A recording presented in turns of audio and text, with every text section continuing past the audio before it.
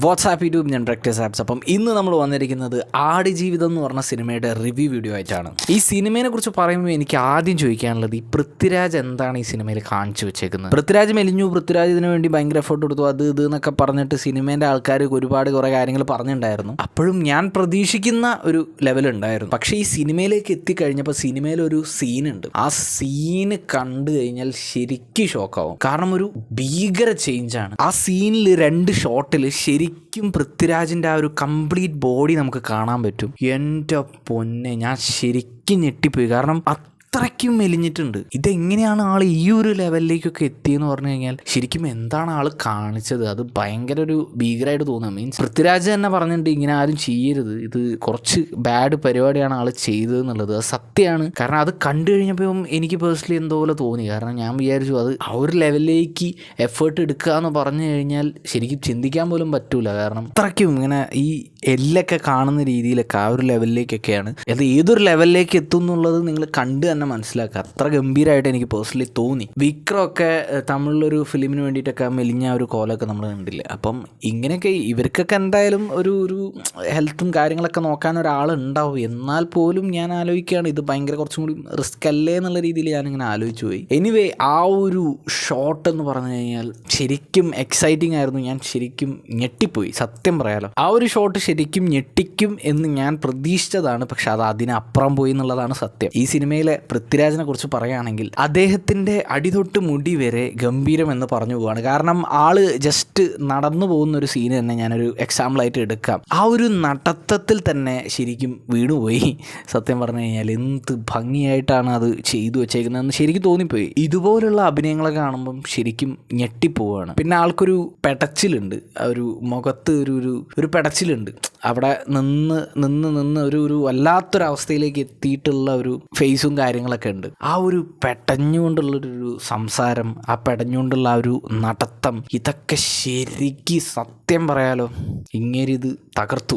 എനിക്ക് പേഴ്സണലി പല സീനിലും നമ്മൾ സ്ഥിരം കാണുന്ന പൃഥ്വിരാജ് അല്ലാണ്ട് മറ്റൊരു പൃഥ്വിനെ അവിടെ കാണാൻ പറ്റി. അതാണ് സത്യം. പിന്നെ എടുത്ത് പറയേണ്ടത് ആ ഒരു അപ്പിയറൻസ് ക്രിയേറ്റ് ചെയ്ത ആളുകളാണ്. അത് നന്നായിട്ട് ചെയ്തിട്ടുണ്ട്, നല്ല രസം തോന്നി.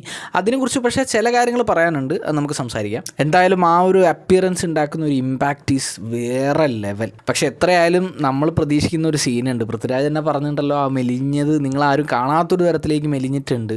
അപ്പോൾ ഈ ഡ്രസ്സൊന്നും അഴിക്കാൻ നമ്മൾ ശരിക്കും കാത്തുനിന്നുണ്ടായിരുന്നു. അതൊരു ഭീകര സീനാണ്. നിങ്ങൾ മസ്റ്റായിട്ട് തിയേറ്റർ വാച്ച് ചെയ്യുമ്പം ആ ഒരു ഫീൽ കിട്ടും. പിന്നെ കഥയിലേക്ക് വരികയാണെങ്കിൽ സ്ലോ പേസ് തന്നെയാണ് പോകുന്നത്. എന്നാലും എൻഗേജിങ് ആക്കാൻ വേണ്ടിയിട്ട് അവർ ഓരോ സീൻസും കാര്യങ്ങളൊക്കെ ഇടയിൽ കൊടുത്തിട്ടുണ്ട്. എനിക്ക് പേഴ്സണലി അധികം ചെറിയ ലാഗൊക്കെ പരിപാടിയൊക്കെ ഫീൽ ചെയ്താലും എനിക്കത്ര അങ്ങോട്ട് കിട്ടാറില്ല. അതുകൊണ്ടാണോ എന്നറിയില്ല, എനിക്ക് പേഴ്സണലി ലാഗോ കാര്യങ്ങളൊന്നും കിട്ടിയില്ല.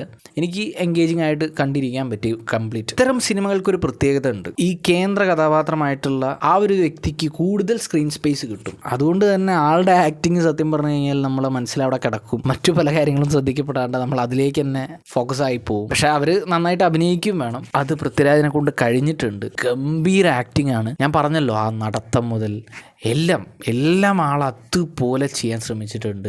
ആ ഒരു എക്സൈറ്റ്മെൻറ്റിലാണെങ്കിലും ഇമോഷണലി അല്ലെങ്കിൽ വിഷമമായിട്ട് നിൽക്കുമ്പോഴും ഞെട്ടുമ്പോഴും പേടിക്കുമ്പോഴും ഈ ഒരു സമയത്തൊക്കെ ആ നജീബ് ആവാൻ വേണ്ടിയിട്ട് അയാൾ ഒരുപാട് കഷ്ടപ്പെട്ടിട്ടുണ്ട്, ഈ പൃഥ്വിരാജ് എന്ന് പറയുന്ന ആക്ടർ. എനിക്ക് പേഴ്സണലി ചില സീനൊക്കെ കണ്ടപ്പം ശരിക്കും വേറെ നമുക്കറിയാവുന്ന പൃഥ്വിരാജ് എന്ന് പറയുന്നത് നജീബിന് തുടക്കം കാണിക്കുമ്പോൾ എനിക്ക് പെട്ടെന്ന് നമുക്കറിയാവുന്ന പൃഥ്വിരാജ് എന്നൊരു ഫീലൊക്കെ തോന്നിയെങ്കിലും ആൾ ഈ മരുഭൂമിയിലേക്ക് എത്തിയപ്പം അത് വേറെ ഇത് നമ്മൾ കണ്ട പൃഥ്വിരാജ് അല്ല എന്നൊരു തോന്നൽ പല സീനിലും ഉണ്ടാക്കിയിട്ടുണ്ട്. ഞാൻ അങ്ങനെ വിചാരിച്ചു ഇത് വേറെ ആരെങ്കിലാണോ സൗണ്ട് കൊടുത്തതെന്നൊക്കെ തോന്നിപ്പോകുന്ന ചില സീനുകളൊക്കെ ഉണ്ടായിരുന്നു. ഈ സിനിമയുടെ ട്രെയിലർ കണ്ടപ്പോൾ തന്നെ ചില ഭാഗങ്ങളൊക്കെ ജസ്റ്റ് സ്ക്രീൻഷോട്ട് എടുക്കുമ്പോൾ തന്നെ നമുക്ക് നല്ല ഗംഭീര ഫ്രെയിമുകൾ നമുക്ക് കിട്ടുന്നുണ്ട്. അതുകൂടാണ്ട് ഒരുപാട് സംഭവങ്ങൾ ഈ സിനിമയിൽ ചില ഗംഭീര ഫ്രെയിമുകൾ നമുക്ക് കാണാൻ പറ്റും. പിന്നെ എന്നെ എക്സൈറ്റ് ചെയ്ത മറ്റൊരു കാര്യമാണ് ഈ സിനിമ തുടങ്ങുന്നതും ആ സിനിമയുടെ ഇൻ്റർവെല്ലും രണ്ടും ഇവിടുന്ന് തുടങ്ങി ഇവിടേക്ക് എത്തിയ പോലത്തെ ഒരു അനുഭവമാണ്. അതൊരു ഞാൻ പറയുന്നില്ല, അത് നിങ്ങൾക്ക് കണ്ടാൽ ഞാൻ കുറച്ചും കൂടി മനസ്സിലാവും. പക്ഷെ ഞാൻ ശരിക്കും ആലോചിച്ച് പോവുകയാണ്, ഈ റിയൽ നജീബ് എന്തൊക്കെ അനുഭവിച്ചിട്ടുണ്ടാവും എന്നുള്ളത് ആലോചിക്കുമ്പോൾ ശരിക്കും ഇത്രയൊക്കെ കഷ്ടപ്പെട്ടിട്ടല്ലേ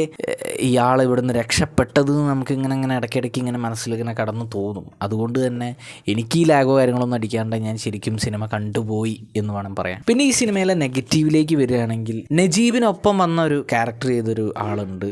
ആളെ ക്യാരക്ടർ എനിക്ക് കണക്റ്റ് ആയില്ല. ആളെ ക്യാരക്ടർ കണക്റ്റ് ആയില്ല എന്നല്ല, ആ ഒരു ആക്ടിങ് ഡയലോഗ് ഡെലിവറി കണക്റ്റ് ആയില്ല എന്നുള്ളതാണ്. ആളെ ക്യാരക്ടർ നൈസ് തന്നെ, അങ്ങനത്തെ പ്രശ്നമൊന്നുമില്ല. പക്ഷേ ആളെ ചില സമയത്ത് അഭിനയം അല്ലെങ്കിൽ ചില സമയത്ത് ആ ഒരു സംസാരം കാര്യങ്ങളൊന്നും എനിക്ക് അത്രത്തോളം ഒരു ഓക്കെ ആയിട്ട് തോന്നിയില്ല. ബട്ട് നല്ല രീതിയിൽ ചെയ്ത സീനുകളും ഉണ്ട്, അത് പറയാതിരിക്കാൻ വയ്യ. പക്ഷേ ചില സീനുകൾ എനിക്കെന്തോ ഒരു ഓക്കെ ആയിട്ട് തോന്നിയില്ല. പിന്നെ പറയാനുള്ളത് ഈ സിനിമയിലെ മേക്കപ്പിൽ അത് ഭയങ്കര ടഫായിട്ടുള്ള കാര്യമാണ്. കാരണം പൃഥ്വിരാജിൻ്റെ സ്കിൻ ടോൺ അല്ല, റിയൽ പൃഥ്വിരാജിൻ്റെ സ്കിൻ ടോൺ അല്ല നജീബിന് ഈ ഒരു മരുഭൂമിയിൽ കിടക്കുമ്പോഴുള്ള സ്കിൻ ടോൺ. ആളുടെ റിയൽ സ്കിന്നിന്ന് പിന്നെ കുറേ ടാൻ അടിപ്പിച്ച് പൊടിയൊക്കെ മണലും മറ്റേതൊക്കെ ആക്കി ഒരു വേറെ തന്നെ ഒരു അപ്പിയറൻസ് ആണ് ഉണ്ടാക്കാൻ നോക്കിയത്. ആ ഒരു അപ്പിയറൻസ് ഓരോ ദിവസവും ഷൂട്ട് നടക്കല്ലേ, അതുകൊണ്ട് തന്നെ ഒരു ചേഞ്ച് വരുന്ന പോലെ ഒരു ഫീൽ ചെയ്തിട്ടുണ്ടായിരുന്നു. കാരണം ഒരു സീനിൽ ഗംഭീര മേക്കപ്പ് ആയിരിക്കും, ഒരു സീനിൽ കുറച്ചും കൂടിയും ഒന്ന് കുറഞ്ഞ പോലെ തോന്നും.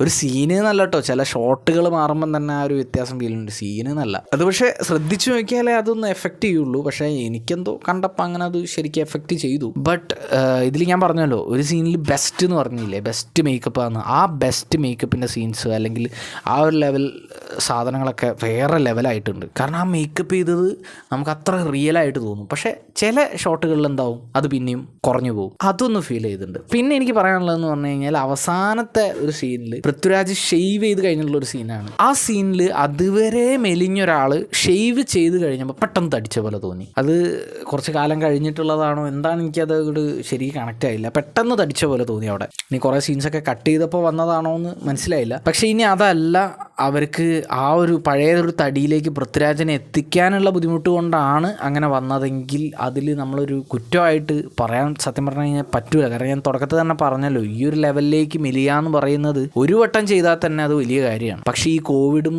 ഇഷ്യൂസും കാര്യങ്ങളൊക്കെ വന്നപ്പോൾ ഷൂട്ട് മുടങ്ങിയതിന് ശേഷം പിന്നെ എടുത്ത ഷൂട്ടാണെങ്കിൽ ആ ഒരു ലെവലിലേക്ക് പിന്നെയും വരിക എന്ന് പറഞ്ഞു കഴിഞ്ഞാൽ ഭയങ്കര കഷ്ടപ്പാടുള്ള കാര്യമാണ്. സോ അത് ഞാൻ പേഴ്സണലി പ്രൊമോട്ട് ചെയ്യുന്നില്ല. അങ്ങനെ ചെയ്യാന്ന് പറഞ്ഞാൽ ആളുടെ പൃഥ്വിരാജിൻ്റെ ഇതിനെയാണ് ബാധിക്കുക. സോ അത് ഞാൻ വലിയൊരു കുറ്റമായിട്ട് പറയുന്നില്ല, പക്ഷേ എനിക്ക് പേഴ്സണലി ഫീൽ ചെയ്തു, അതാണ് ഞാൻ പറഞ്ഞത്. എന്തായാലും മൊത്തത്തിൽ പറയുകയാണെങ്കിൽ എനിക്ക് ഈ പടം ഓക്കെയാണ്, ഞാൻ കണ്ടു, ഇഷ്ടപ്പെട്ടു. എല്ലാവരും മനസ്സറിഞ്ഞ് കൈയടിച്ചാണ് ഇറങ്ങിയത്. നല്ല എൻഗേജിങ് ആയിട്ട് കൊണ്ടുപോയ ഒരു സർവൈവൽ മൂവിയാണ്. ഈ സിനിമയിൽ പൃഥ്വിരാജിൻ്റെ അഭിനയമൊക്കെ കാണുമ്പോൾ അല്ലെങ്കിൽ സിനിമ കാണുമ്പോൾ തന്നെ നമുക്ക് പേഴ്സണലി തോന്നുന്നത് ഇത് എവിടെയെങ്കിലുമൊക്കെ എത്തിക്കണം ഈ പടം. ഈ കേരളത്തിൽ മാത്രം ഒതുങ്ങേണ്ട ഒരു സിനിമയല്ല, ഇത് കംപ്ലീറ്റ് കിടന്ന് കറങ്ങണം. ആ ഒരു ലെവൽ ഇമ്പാക്റ്റ് ഈ സിനിമയ്ക്ക് ഉണ്ട്. നല്ല സിനിമയാണ്. Go watch it.